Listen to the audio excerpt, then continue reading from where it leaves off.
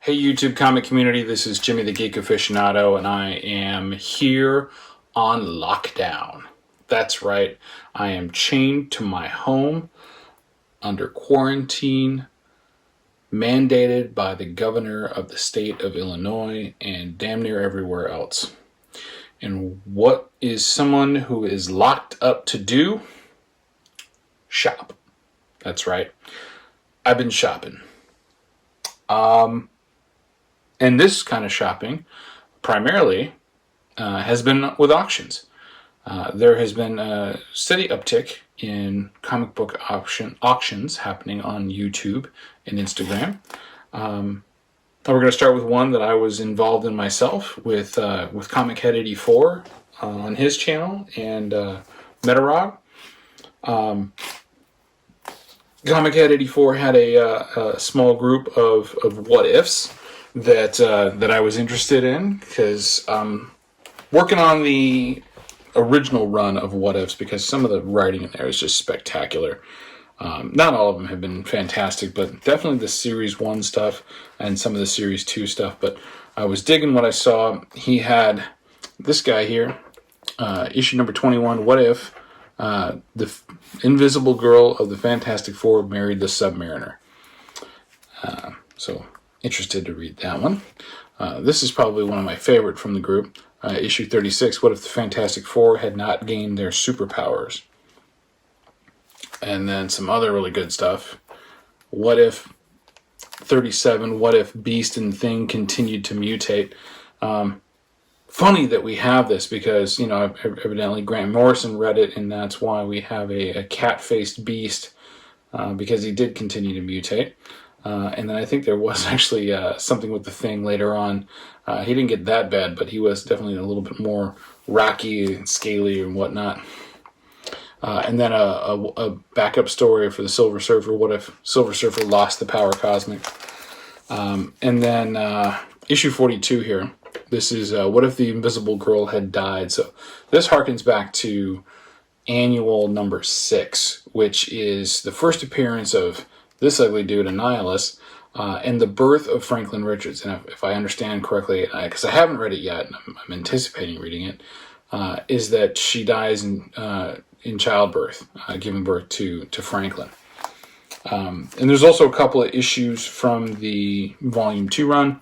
This is issue number 2, What If Daredevil Killed the Kingpin? And finally, issue number 3, What If Steve Rogers had refused to give up being Captain America? Now, I love this cover. There's some super cool stuff here, because you've got a couple of members of Freedom Force. You got Avalanche, you got the Blob, you got Pyro, you've got the new Bucky, who I can't remember who that actually was. And this guy who looks like Citizen Steel. It might be crossing over from the DC universe. But the best is this Captain America in his underwear? I mean, is that what he wears underneath there? Is it a Stars and Stripe wife beater and some, well, I guess 80s jogging shorts? Because, I mean, who leaves the changing room without, you know, putting on at least a pair of pants, you know, to go fight Captain America? I mean, it's just kind of ridiculous. But hey, you know, just super cool, right, in the Captain America tights. Moving along. So that was from Comic Head 84. And then we had a lot from Roger that I couldn't pass up. There's some really interesting pieces to this lot. So this here is Archie's Girls, Betty and Veronica, number 289. And this is a second print or a reprint, or it's from So Much Fun.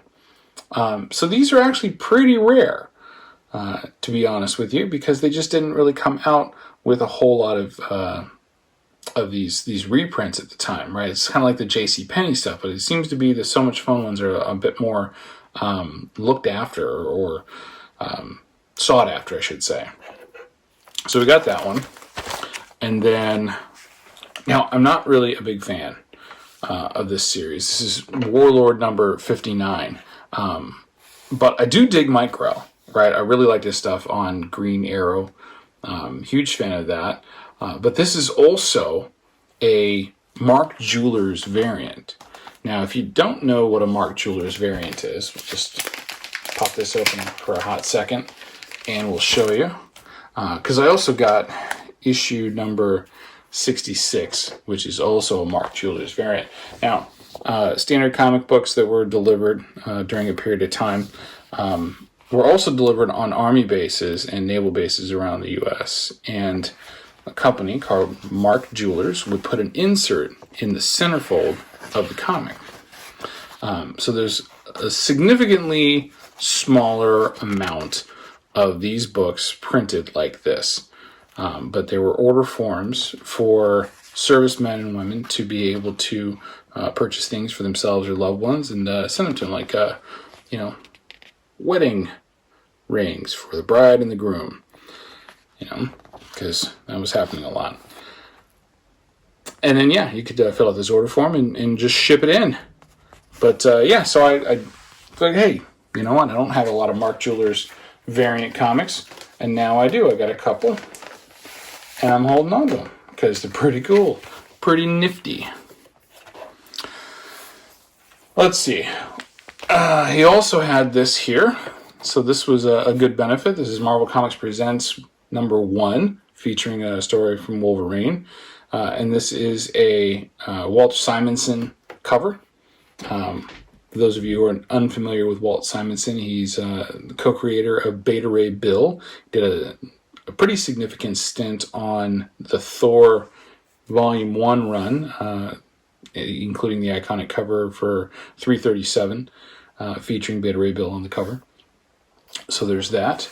And I'll be honest with you, the #1 reason why I went after this book, after this lot so hard, was for this one book here. It is pretty rare. This is from Fitzgerald Periodicals. It's Fast Willie Jackson #1. This is just not a book that you find a lot. As a matter of fact, I had never really seen one before Roger showed it, and I did some quick research, and it sold me. I had to have it. It's a 1976 publication.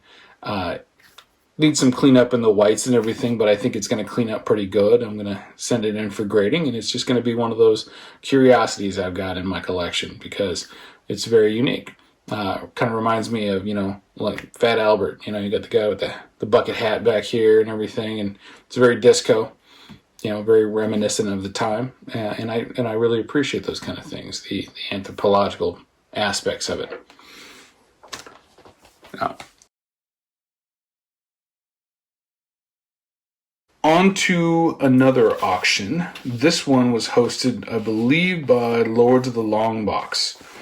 And there was a lot that was put up by King of the Golden State. Now, if you don't know King of the Golden State, sub him up on Instagram and YouTube, because he's